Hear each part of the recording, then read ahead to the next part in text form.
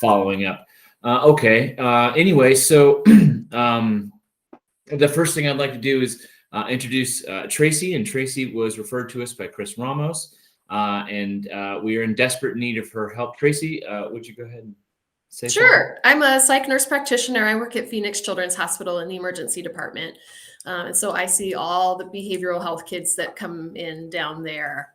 And there's been such a backlog in the community. I end up treating a lot of kids in the ED too. And so sometimes kids will be there from 7 to 10 days. We've had a couple kids there for like 3 or 4 months just because of the backlog and all the different populations that we see down there.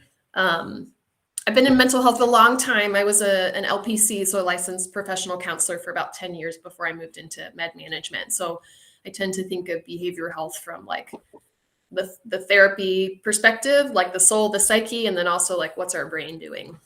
Because both those things are important, I think. So we are in desperate need for other people to help bear the burden because we are the one-stop shop, it seems like. Is that right? It seems like it would be. You said that you have some patients. Did you mean in the ED, the ER, for weeks to months? Yeah. Wow. Especially kids in the autism population. There's one special needs unit in the whole state. And so there's often, and that's at Aurora, and they might have a bed open maybe once every few months. And so we end up doing their treatment down in the emergency department. Where our resources are limited and kids can't leave their rooms and staff is not trained like behavioral health staff. And so it just creates a litany of challenges. Wow. And that's not unusual, Adam, because we have them out here in Pinal County and we keep them. We've had them up to 3 weeks in the emergency department. Mm-hmm. And that's just too long. You're not, we're not just, I'm assuming, but you're not designed to handle that. No. And ED physicians don't want to own bio patients because they're like, we didn't go into medicine to do mental health. Exactly. And so there's often kind of these power struggles with like, they own the patients and we're consults, but we manage most of their care in terms of what to use for PRNs. And if there's behavioral episodes, the ED doctors just don't feel like they have enough knowledge to manage those things well. Right. Yeah. Okay. And that's exactly, welcome, Dr. Woolridge. We were just talking about, Tracy had just introduced herself and was saying that she's very interested in our conversation because you see exactly what this group is designed to target or alleviate some, or to whatever degree we can help. It is just that. And so in your experience, Tracy, is that this is often enough? Let me ask it from the other side of it. What do you think? What are your thoughts about what could be potential solutions to the ER being this sort of holding and middle ground, this purgatory? Did you have immediate thoughts? I mean, I'm sure you guys have heard of Mind 24 that's opened up, Mind 24/7.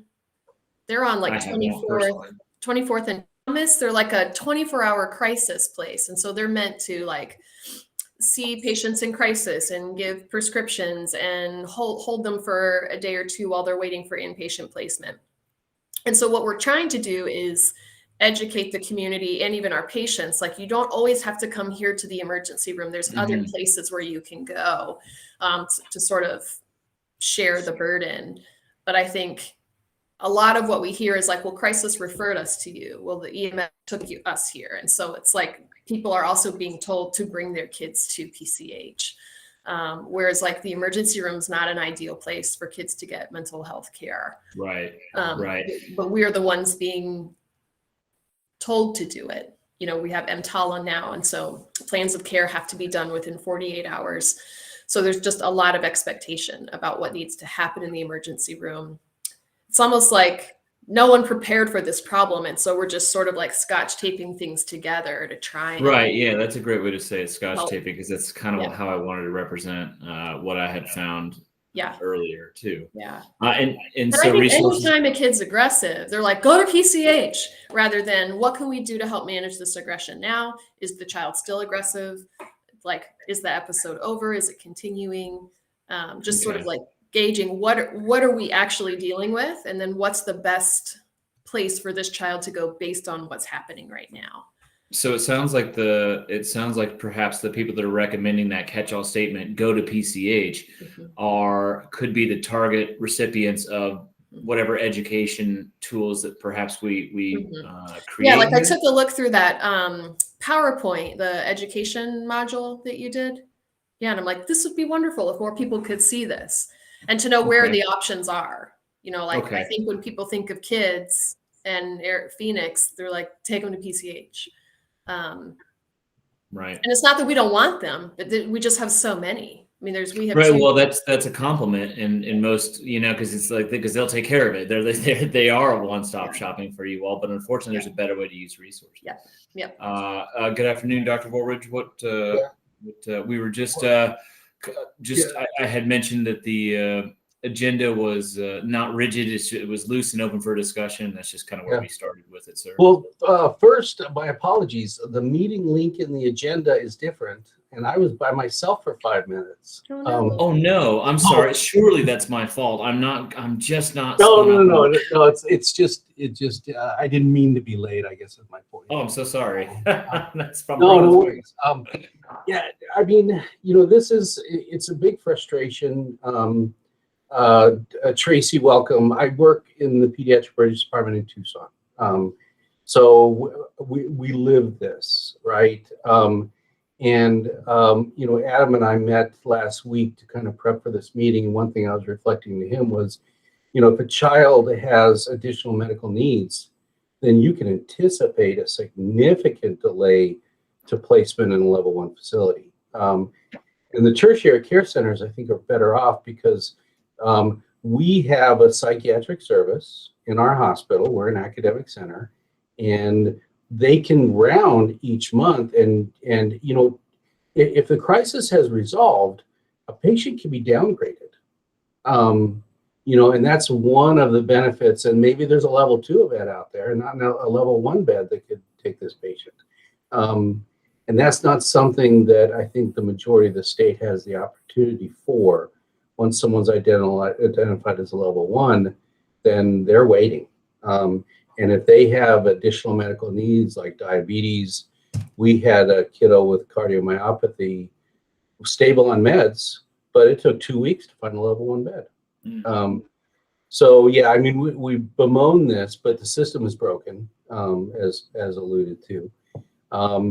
And having patients not necessarily go to the emergency department as a reflex effort is helpful. In Tucson, we have what we call the CRC, the Crisis Response Center, which we can do 23-hour stays, and they will do acute crisis management. I think it's probably similar to the one you just mentioned. Adam, I'm curious, I read your notes. You had mentioned that Tucson Fire does not transport there, but some of the other agencies do. So I'm a little puzzled there. So I think one of the things, we all know there's a problem in the ED. What is the question, or what is the possible solution, and are there some fixes to how we can get those EMS agencies to either de-escalate in the field, to get back to their primary behavioral health care, or to maybe even medically clear in the field and have the other behavioral health centers accept them following, paramedicine approach. Yes. And these are probably long-term uphill battles to fight. But the paramedic has the wherewithal to do a treat and refer. And if there are some clean protocols, and I'm not talking about the gray area patient, but a clean protocol in which we have a guardian who is endorsing an ulterior location, why can't we pursue that? And how do we get to that point? Now, it's not going to be cookie cutter because there are multiple locations within the urban areas that you could choose. But if you're in a rural area, if you're in, like I use White River as an example because I've toured it a number of times, they have no other choice. They go to the ED and they're flown down the mountain or driven, and that takes an EMS rig out of service for 8 hours. Each community, I think, needs to have its own solutions. which is why Adam and I last week were kind of thinking about, well, what are the educational opportunities that we have? Can we educate people of what their resources might be, and or talk about de-escalations in the field type approaches? And Adam, and I'm sorry I'm taking so much time. Adam, I saw your slide set, and I think it's a great beginning. And if it steps us towards some kind of firm advice that we can give these EMS agencies, then I think we'd be offering a service. Yeah, and I think we've kind of perhaps found a bit of a link. I think the number one thing that everybody is concerned about is, can we medically clear them and have them truly be medically cleared? And I agree with you. I think the paramedic, at minimum, I don't think an EMT or a police officer can do it. I think a paramedic at minimum would have to be somebody who can medically clear. We're certain this is not of medical etiology, that this is a behavioral. So once that happens, I think what I'm seeing is, at least from this research and kind of what you were saying, Tracy, these secondary resources that exist in the community already. Maybe it's just a matter of tying these two together. As you see in the notes, that there's a patchwork of teams. There's the crisis response mobile crisis mobile team. And I didn't quite ascertain, and all this information was just cold calling the front desk of CRC and Palo Verde and just trying to dig into this. There's this crisis mobile team that I haven't quite gotten who fields it yet. This is a civilian assistance program that's funded and fielded by Northwest Fire Department. And it seems like there's some programs out there, and perhaps with what already exists, we can alleviate just by tying two ends together, so to speak. I think we should increase our target size, Tracy. What you were saying is not only just the paramedics in the field, but whoever's referring, whoever is experiencing pediatric behavioral health emergencies and is doing the referring, to have this information. So perhaps it's kind of a, I don't want to say dual front, but we can kind of approach it from those directions. Because a lot of families will call crisis, who will do an assessment, and then crisis recommends where to go from there. And so crisis often recommends the emergency room. Surely, and why wouldn't they? Absolutely. Yeah. And that's kind of where everybody recommends the emergency room, and that's where we're trying to figure out how these agencies, and I have emails and phone calls into these agencies specifically asking, how is it that you're able to choose in the pre-hospital setting to go to a behavioral health facility? And surely there must be a conversation between the medical director and that paramedic that allows them to do that. And so it might be on a case-by-case basis, and each medical director allowing their EMCTs to perform this action and then to medically clear in the pre-hospital setting and then take them to the appropriate facility. That's very much what we're trying to investigate, how to sort of scale up so we can do just that. Declog your ER with these cases and more appropriate utilization of resources. This is Sandy. I don't see anything at all in the in the regional guidelines that deals with behavioral health at all for pediatrics. Oh, sure. Let's see. So I did pull up, I had it up, and of course I had to close my browser. But I did pull up let me see if I can find it real quick while we're talking. Well, Adam, if I can jump in. So the access algorithm you sent out, interestingly, and I think that alludes to what Sandy, or leans to what Sandy's kind of referring to, that access algorithm that you sent out, let's see, what link was it? It was Accessing Behavioral Health System. It was that link. It starts with call 911. See crisis services.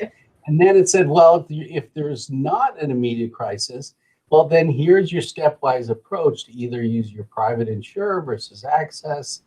So I think it alludes to what Sandy is saying is, when we have a crisis in the field, what real true guidelines do we have? And I don't think there's a whole lot in that regard. Whereas what I was trying to look up was the actual SEAMS guidelines, what they follow for example, for behavioral health, and they're just bare bones. There's nothing there. it's if you can take them, and if you need to restrain them chemically or physically, and that's Right. It's pretty loose, and that's the TTG, that's the transfer and guideline for behavioral health, and so there's tons of room Yeah, in there. It comes under the ultra mental status adult pediatric, and it just says, you know, agitated or violent pediatric / behavioral emergency, and then it gives you your, you know, naloxone. Your benzos, sure. I mean, yeah, it gives you, you know, all these things to look at, you know, but it doesn't give you anything specific about how do you actually deal with this behavioral health patient. Mm-hmm. And it's very frustrating for the pre-hospital people, because they truly don't know what to do. I mean, you know, so we really need to help them as much as we can. So some sort of a toolkit, and that was the motivation behind the slide set, was that's the item we're providing to the EMCTs, that we can kind of sort of curb them a little bit with that. I can't open any of your things that you send. Oh no, this is a disaster. Yeah, I'm so sorry. DHS. If it comes from Arizona DHS, I can open it. But if it comes through the Google, can't open it, except this meeting. Oh my gosh. Okay. Let me see. Yeah, and I can't open any of it either. No, or the meeting. What have I done? I don't. I'm so sorry. Let's see. Let's see.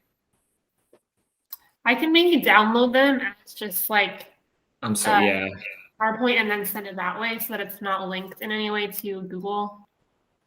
Thanks, Julie. I appreciate that. Sorry, it seemed easier to do hypertext links, and it's not apparently. So I lesson learned there. Yeah. If you could download them and attach them, because I can't do two things at once.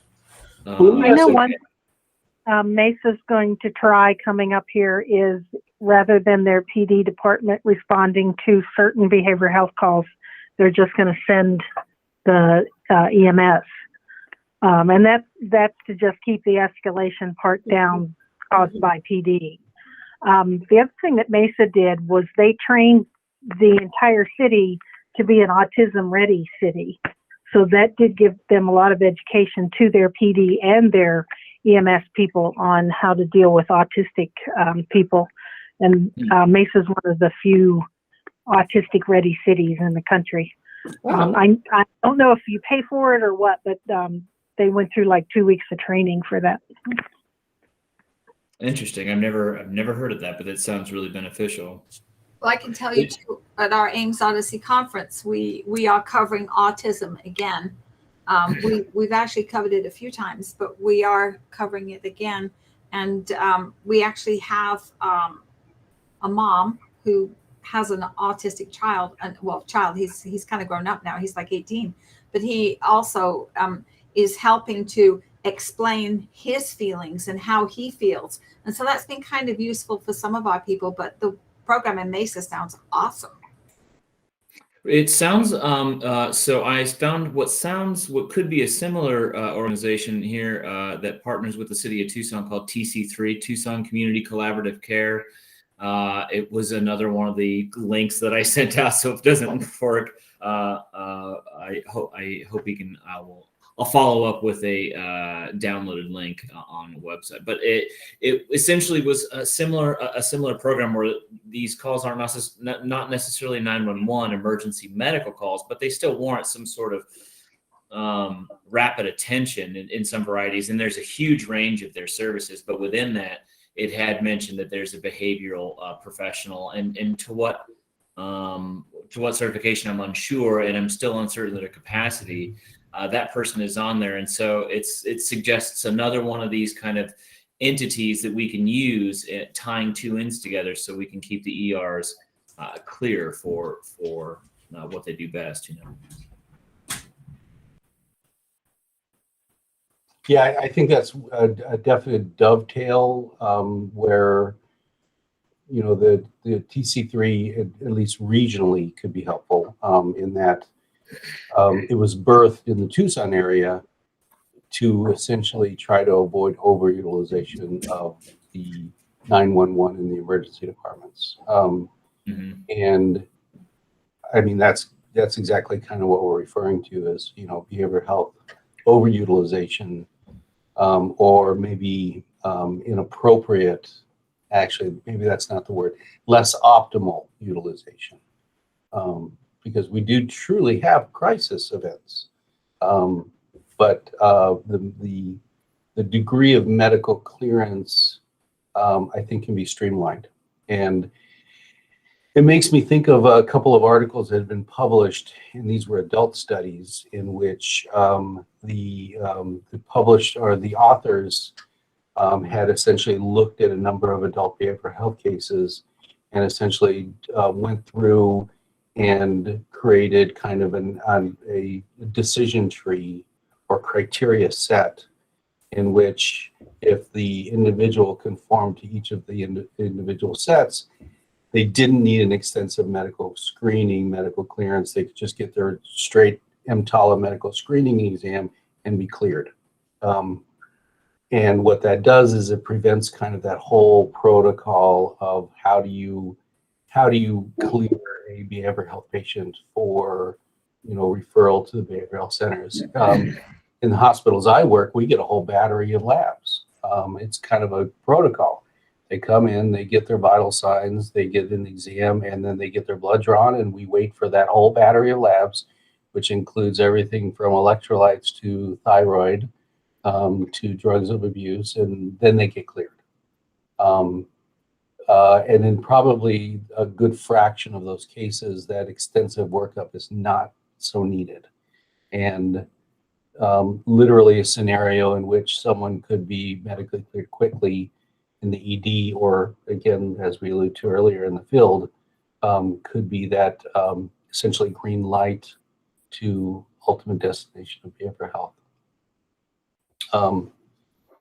Does anyone have an idea? I mean, we talk about how the emergency departments are backed up with patients and we have too many patients, but is anyone aware of, either anecdotally or any publications about the resources in Arizona and whether or not we have enough behavioral health services, we have enough beds in our communities? I mean, we could probably do everything we can to streamline their emergency processing and their EMS processing, but if we don't have empty beds in a behavioral health facility, they're not going to go anywhere anyways, right? Yeah, and that's been a big problem, is a lot of the hospitals are backed up, especially during COVID. So some weeks we move kids fairly quickly, and others, we send packets out every day and we still don't move kids because there's nowhere to send them. And Tracy, PCH has an inpatient facility, right? Inpatient behavioral health. Only through age 12. Okay. Are they always full? Yeah. We're usually full. Sometimes they're not. We take packets, but yeah, we're always full. So, and I would assume, and appropriately so, you prioritize your own patients out of your own ED prior to, out other facility transfers. But how often do you have under 12s just sitting in your ED because they don't have an inpatient bed?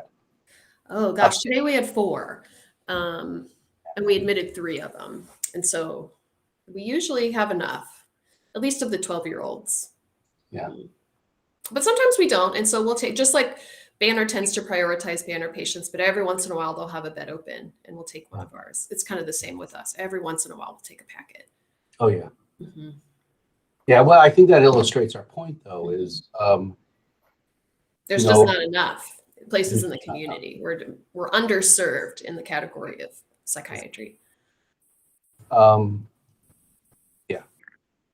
Yeah, So right now in my ED at Banner Desert, I have 5 kids waiting for placement.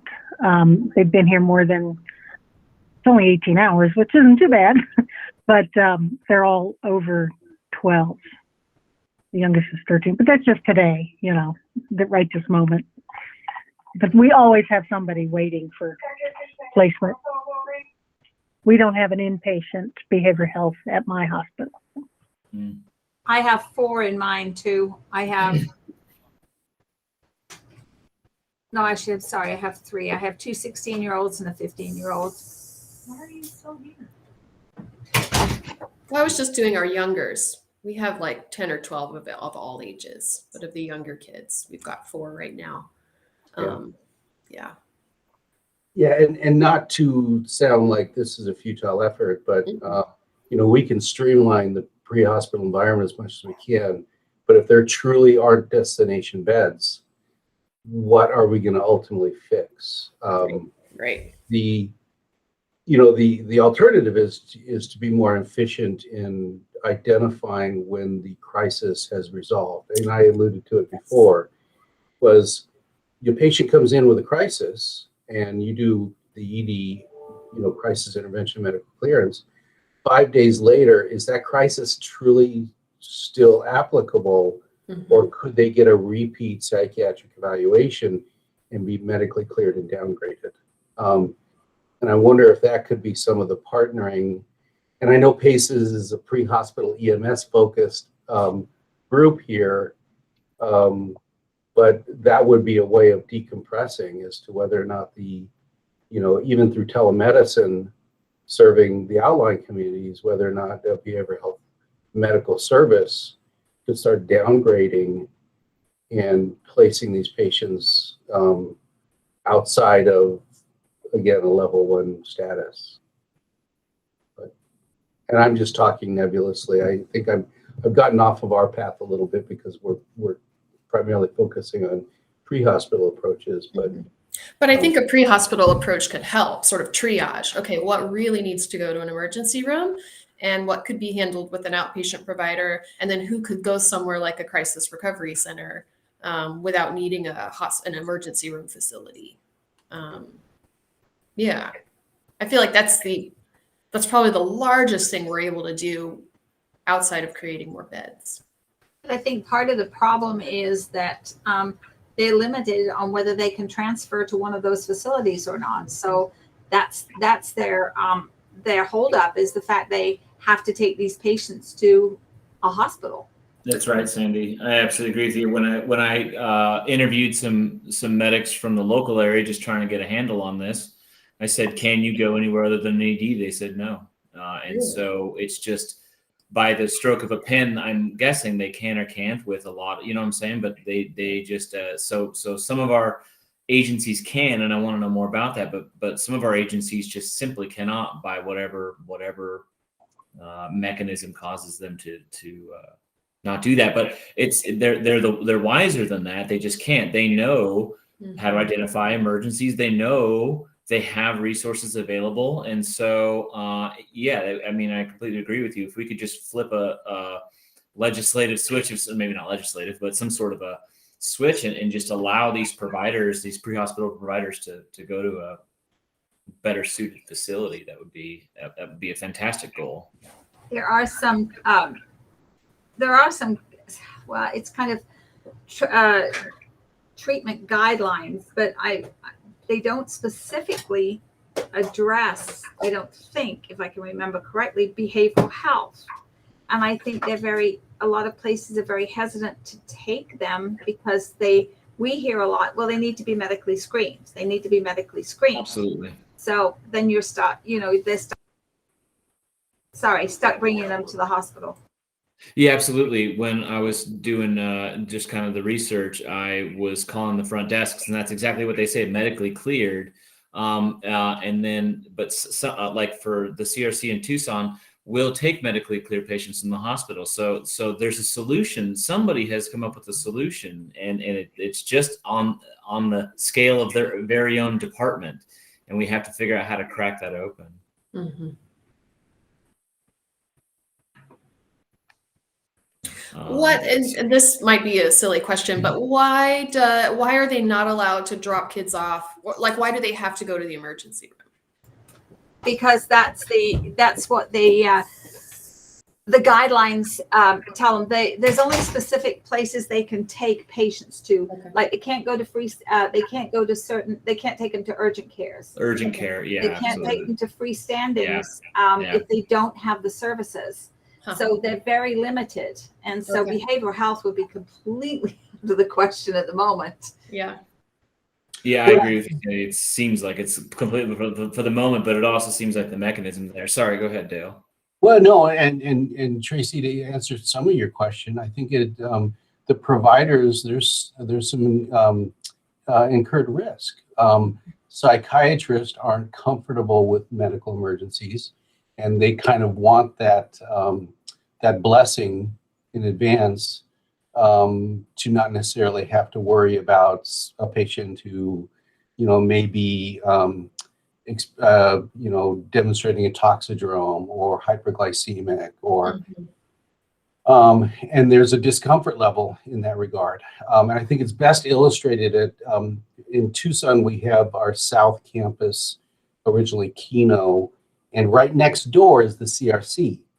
And literally, they're connected by what we call a breezeway, which is kind of a 30-yard walkway between the two facilities. Now, they're distinctly administered, but the CRC will take walk-ins, but at very low threshold levels, they'll send a patient over the ED for medical clearance to be able to push them back. Or vice versa in the ED, well, we'll take them, but you have to medically clear them first. And you're literally 30 yards away from each other. But those behavioral health providers just aren't willing to see them without that medical clearance. And I think there's a liability, there's a comfort level concern. And I think research and literature can justify, a certain set, again, of criteria. If a patient meets a certain set of criteria, stable vital signs, not intoxicated, pre-existing medical health condition, does that patient really need medically cleared? And I think literature and research can help us prove that. But then it's still talking to someone into a comfort level that doesn't always, translate. So. And just to mention, while I have it, I did find the TTG that we have that DHS sort of recommends for the state. And what I found when I looked around the state at their own standing orders is they're roughly, not roughly, they're just about exact. I didn't find any changes between, say, the AEMS region, the central region. They took it right off the website. And so what we're looking at is what the paramedic references when they run into what they believe their field impression is a behavioral health emergency. And this box has mentions nothing of any resources. It's simply restrain them by whatever means, if necessary, up to and including, and so perhaps there's some deviation or improvement from this or to this that we can add to, or whatever need to be done to perhaps include the resources right in our own TTGs. I don't know. I would have to ask back, and I would have to kind of push it through my higher ups to see what kind of lateral movement we have in that kind of stuff and what needs to get that done. But just for your reference here, since none of the links work, this is what the field medic would open up and follow as his policy, so to speak, which isn't very minimal. Yeah, I mean, I like that it's expressing de-escalation technique and, attempt verbal reassurance, engage family members, and not jumping straight into medications. Right. In fact, they do make mention that medications should be considered a later option for PACES. So it's good in some regards, but I feel like we could add to this document to begin creating a solution to this. 72 hours in the ED is unreasonable. That's a problem we need to solve, I think. Yeah. But the question is, how do we go about doing that? And the biggest challenge I'm facing is finding the right group of people that know all of the ins and outs to say, I know this person, I know this is what we can do with this, and this is what kind of authority we have. That's the real challenge. And I mean, I have absolutely been pushing it out to the different regions, asking if anybody knows anybody. And luckily we got Tracy out of it. And so it's already working. And so what do you guys think we can do as a tangible forward motion? Adam, can you scroll up again, please? Sure. To the top. I just want to see. Okay. See, I don't like how this is coupled with it. I think those might be two different calls. Yeah, because if they're agitated and violent, yeah, I mean, we're going to have to be aggressive in our management. But if we have a behavioral health emergency that de-escalates in the field, I would love to see an EMS agency pilot or even broader, a broader application, but to be on scene and do joint decision making with the guardian, decide on safety, and you can decide whether or not you would go to a behavioral health facility, or if comfort there, normal vital signs in the field, etc., even see their primary provider the next day. I would like to see a kind of a two-tier approach to this. Agitated and violent, I don't think we're debating that. Right, of course. Yeah, I agree. Yeah. Mickey, didn't Mesa have a behavioral health program through their department? They used to when they had their PAs, but they had grant money for that, and that grant money has gone. And then they kept the behavioral health part, but that's gone now. No. Yeah, I wish there could be like a nice. behavioral health provider that could just do a crisis assessment and then determine, does this person meet criteria or not? And if not, have a safety plan. And like, that's it. And those people in the community exist, like there is those members on that crisis mobile team, and then separate from that, there is those members in that civilian assistance program. And so, but it's this weird patchwork where it's just a one-off person on a one-off team, and it's not broad or universal. And so it really depends. You have to be lucky if you're proximal or have the knowledge to access something like that if you need it. And I think that some of the challenge would be like, how do you help people work at the top of their license? What are they fully able to do? Are they able to medically clear? Are they able to ... And then I don't know if that would ease the comfort level of psychiatrists at some of these places, that they wouldn't be kind of a medical mess won't be walking in the door.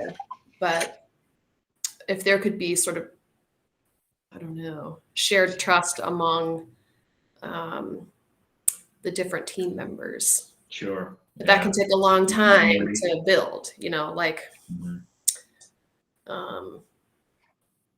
I feel like it's going to take people on the field kind of making decisions, as like they're triaging essentially.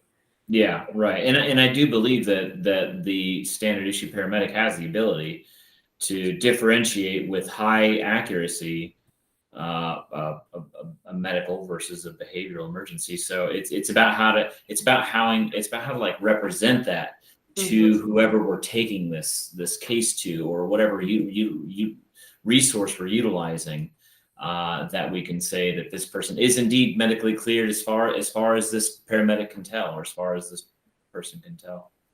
Would they be able to behaviorally clear them? Like, okay, we arrived on the scene, helped de-escalate, we thought of a safety plan. I would say that like for the standard responder, that would probably require a little bit of special training. That isn't to say that we have a small bit of therapeutic communication training in your everyday schoolhouse to be a paramedic, but it'd be far easier to have that person, to have that pre-hospital provider say it's not a medical emergency rather than it is a behavioral emergency. But I don't know, that may be strange to hear.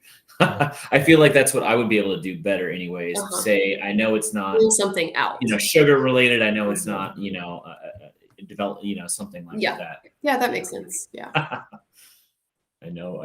Like, we know what it's not. Yes. We may not know what it is. Yes. Yeah. Okay. Well, I mean, if I feel like we have a good team here, and that's a good starting spot, but the problem still seems very, very large. And so I think the thing to do is approach it from small things that we can accomplish. And so that's what I'll ask the group. Does anybody have any a goal that seems like it's obtainable and reasonable that we can kind of work towards or collaborate on to produce something along the line? I can get with Chris Ramos, maybe to like talk with, just to get information about, because it sounds like you've done this in the Tucson area, but in Phoenix, like what places are the ambulances not allowed to take kids? That might be why nobody's being brought to Mine 24. Or what agencies, that would be like, what agencies aren't allowed to transport? As we're seeing here in Tucson, TFD simply cannot transport. Their protocols say they have to go to an ED. And so that would be a really important question for every region, is to ask what agencies can or what agencies do have the capability to deviate to a more appropriate facility, in this case of behavioral health. That would be really useful information. Yeah, well, it would help me to understand the authorities. Mhm. So is the reason why one agency not transport, was that a decision of the chief, or is it their medical direction? Two, I would really like to talk to someone in authority of the REBAs to understand what the obligation of these facilities have, because they have the state contract for that region. And is it to have services geographically distributed? Mm-hmm. Is it that they have obligations to take care of the behavioral health cases and therefore can't refuse? Now, the receiving party can always say, I'm not comfortable, medically clear first. But if they truly can't refuse, and we're finding that refusal is maybe being inappropriately applied, then I think that's where the education comes in. If these centers are supposed to accept patients in crisis for crisis intervention, then we need to educate the MS agencies that this is what we're supposed to be doing, and here's where they are in your community. We can pull up a map of Arizona and see where all of our trauma centers are, level 1, 2, 3, and 4. But do we have a map of Arizona that shows where our behavioral health facilities are? I would guess no. I don't think so. In my research, trying to find somebody, I had a hard time identifying any one singular person at DHS that was any variety of a behavioral health figure. Do you know what I mean? It's so that's I agree. I don't know.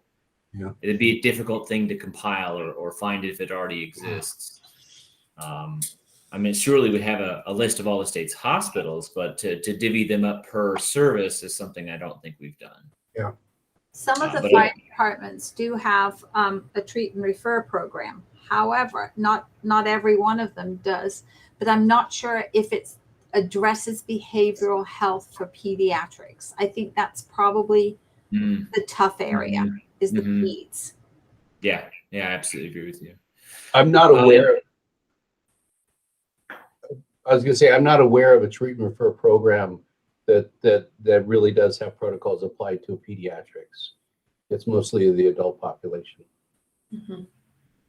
So it sounds a little bit like what we need the most of is just more information from about how to, like you said, Dr. Woolridge, it's who's in charge that says one can and one can't, essentially. And then it seems like the other thing to do is ask what fire departments are doing it and how they're doing it, and go to fire departments that aren't doing it and see what's preventing them from doing it and bring those two ends together. So it seems like we just need information. We just need to kind of shake some bushes and see if we can produce the correct people to answer these questions for us. That seems like the task at hand. Yeah. I mean, it's some homework. So, again, great resources you said, as Adam. The REBA in the south of Arizona is Arizona Complete Health, Complete Care Plan, who they have a contract with the state of Arizona to offer these services. They're signing on the dotted line saying, we're going to offer these services. What does that contract say? And are they fulfilling their obligation? If they're not, then there is kind of our leverage and our grounds to say, let's strategize how we can better fulfill the obligation. If their obligation is not to receive patients under crisis, then we probably have less leverage. But if their contract literally outlines this service, then I think it's reason to educate and say, you know, this is what they should be doing, therefore we can do this.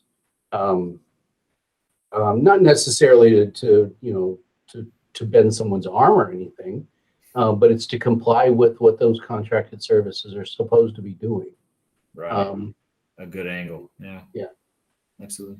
Okay. If that's agreeable to everybody, just shake some bushes, see who you can produce. I think we have a good picture of the image, and then what I'll do is I'll follow up with this recording and some notes that we talked about, and maybe some attachments to the resources in the correct way. But I think we've made some good progress. Does anybody? I haven't really. We're not following the agenda either.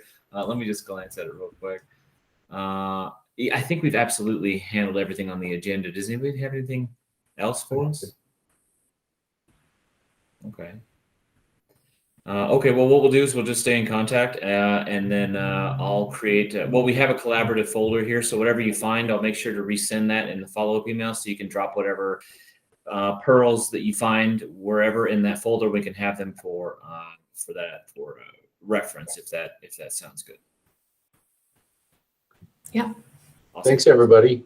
Okay, appreciate that. I feel like we got something done there. Okay, thanks, guys. Have a nice week. Thank you, Tracy, for being here. And Yeah, thanks for having me. Thanks, everybody. Yeah, and nice to meet you, Tracy. Yeah. Thanks all. Okay, Thank thanks, you. guys. Take care, everybody. Goodbye.